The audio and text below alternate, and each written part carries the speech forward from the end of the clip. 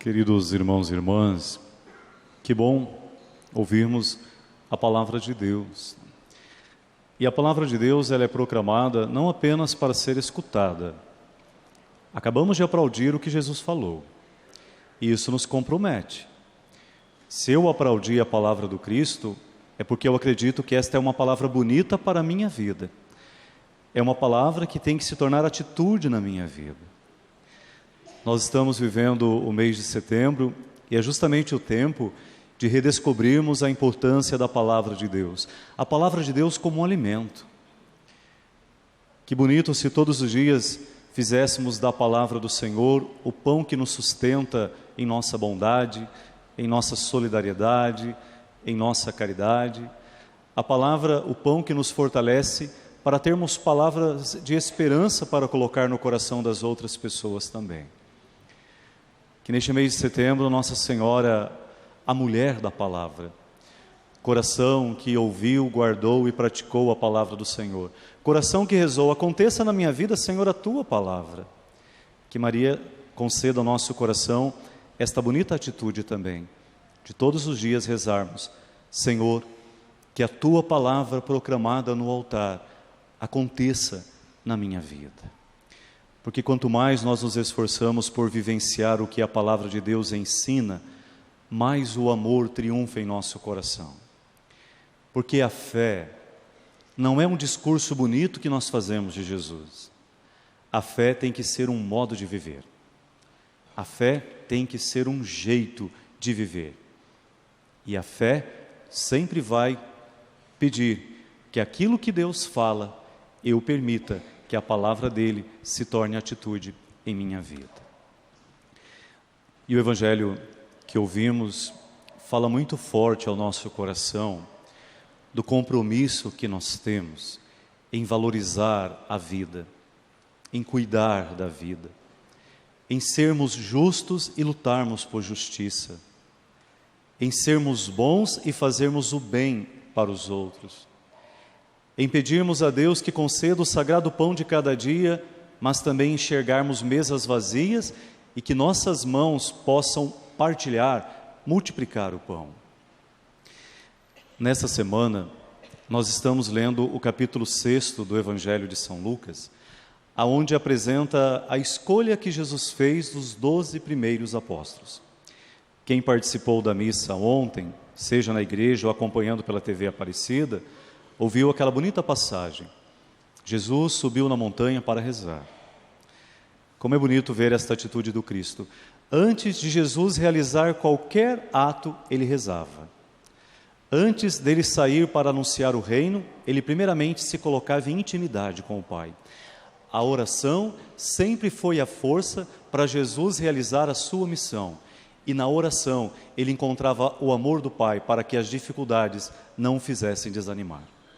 Jesus se colocou em oração e depois escolheu os 12 primeiros apóstolos. E quando Jesus escolhe os primeiros apóstolos, Jesus confia a eles uma missão.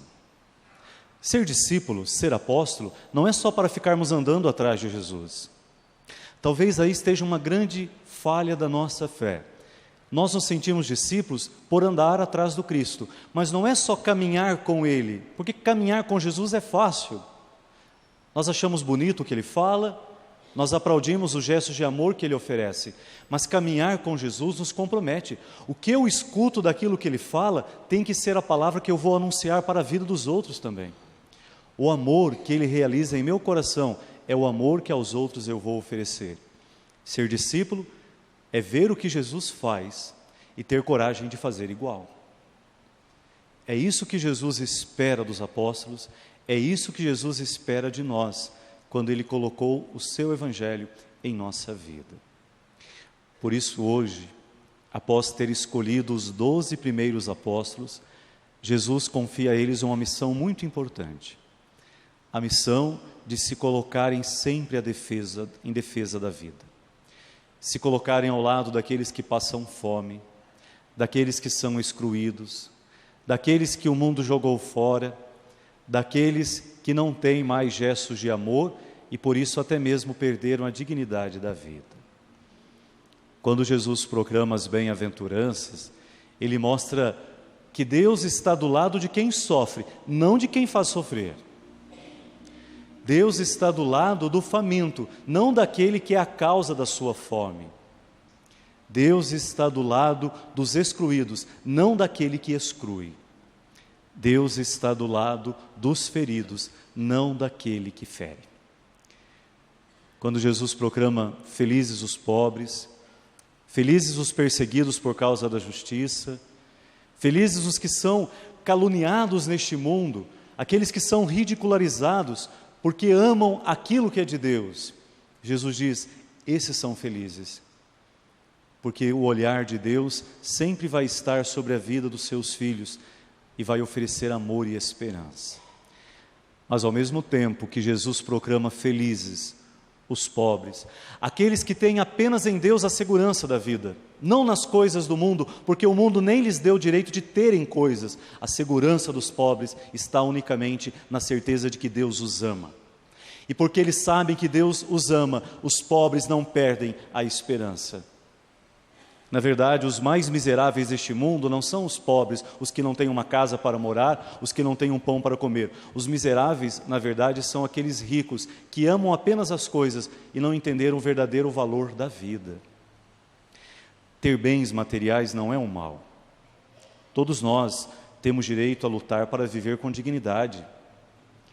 Não é mal ter bens materiais. O problema é quando os bens materiais não me levam a fazer bem para o outro, a fazer o bem para a vida, a cuidar da vida, quando a ganância, a ambição, o desejo de acúmulo se tornam mais importantes em meu coração do que a vida do meu irmão. Quando Jesus proclama felizes os pobres, os que são perseguidos porque lutam por justiça, aqueles que procuram sempre ser verdadeiros, que não se deixam corromper, aqueles que são honestos, aqueles que são capazes de perder a vida pela vida do seu semelhante. Mas Jesus vai dizer também, ai daqueles que causam neste mundo sofrimento para os seus semelhantes. Ai daqueles que fazem muitos morrerem nas filas dos hospitais porque não tem um médico para atender. Ai daqueles que roubam das nossas crianças e dos nossos jovens o direito a um futuro melhor, porque não oferecem escolas dignas e nem possibilidade de estudos. Ai daqueles que criam situações de desemprego, porque cada vez mais a ganância está presente no coração humano e nós esquecemos que a nossa missão é cuidar da vida. Jesus não está fazendo um discurso contra a riqueza. Jesus faz um discurso quando os bens materiais são mais importantes em meu coração do que a necessidade do irmão. Quando unicamente por ver a minha mesa cheia, o meu guarda-roupa cheio, a minha despensa cheia, meu coração não sente mais a fome e o estômago vazio de tantas pessoas. Essa é a gravidade. Se existem muitas pessoas que no mundo de hoje passam fome de pão, é porque muita gente tem guardado o pão em suas despensas. Se muitas pessoas hoje no mundo não têm uma roupa para vestir, é talvez porque no meu guarda-roupa a roupa esteja sobrando. Às vezes, quando nós trazemos a realidade do compromisso com os pobres, com aqueles que no mundo são excluídos, aqueles que não têm voz e nem vez, em muitos momentos nós somos taxados, olha, o padre está falando de política, olha o padre falando de questão social. Se a fé não é a força para nós fazermos o nosso mundo ser melhor, que compromisso nós temos então com a vida de Jesus? Jesus morreu para que todos vivessem plenamente. E enquanto houver um ser humano que vive pela metade, nós não podemos ficar acomodados. Enquanto houver pessoas que vivem pela metade, pessoas que não têm dignidade, pessoas que estão sofrendo abandonadas, pessoas que em nossas ruas são tratadas como invisíveis, pessoas que na maioria dos dias não têm um pedaço de pão para comer. A fome dói, a fome dói. Eu já conversei com muitas pessoas que passaram fome na vida, a fome dói. E a fome que dói no estômago de muitas pessoas tem que fazer o amor doer em meu coração também, senão eu não posso dizer que o amor do Cristo me habita. Felizes os pobres, mas ai daqueles que fazem os pobres sofrer. E hoje na nossa sociedade é tão triste quando muitas vezes aqueles que tinham a responsabilidade de cuidar dos pobres, de cuidar das crianças, de dar segurança, de dar saúde, são os primeiros que roubam o dinheiro pela corrupção. Se são felizes os pobres, são malditos os corruptos. Se são felizes aqueles que lutam por justiça, são malditos aqueles que pela ambição tiram o dinheiro da saúde, tiram o dinheiro das escolas, tiram o dinheiro do alimento da mesa do ser humano. Esta é a palavra do Cristo. Nós somos discípulos do Senhor e precisamos estar comprometidos em cuidar da vida.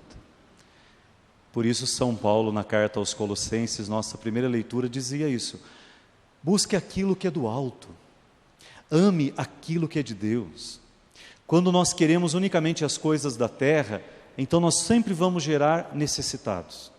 Mas se nós aprendêssemos a amar mais aquilo que é do céu, buscássemos aquilo que é de Deus, o amor, a justiça, a caridade, a compaixão, não haveriam necessitados no meio de nós. Talvez esteja aí a grande proposta que a palavra de Deus traz para o nosso coração. Vamos buscar e querer o que é do alto. Não vamos brigar ou viver unicamente por aquilo que é da terra e por aquilo que vai ficar na terra. Quando os valores do céu tocarem o nosso coração, nós vamos viver a partilha, a justiça e a solidariedade entre nós. Que o Senhor nos ilumine, que Sua palavra nos converta e que cada vez mais nossa oração nos comprometa em cuidar da vida dos mais pequenos deste mundo. Aqueles que são esquecidos pelos poderosos, mas que são enxergados por Deus e que devem ser amados por todos que acolheram o Evangelho de Jesus. Louvado seja nosso Senhor Jesus Cristo.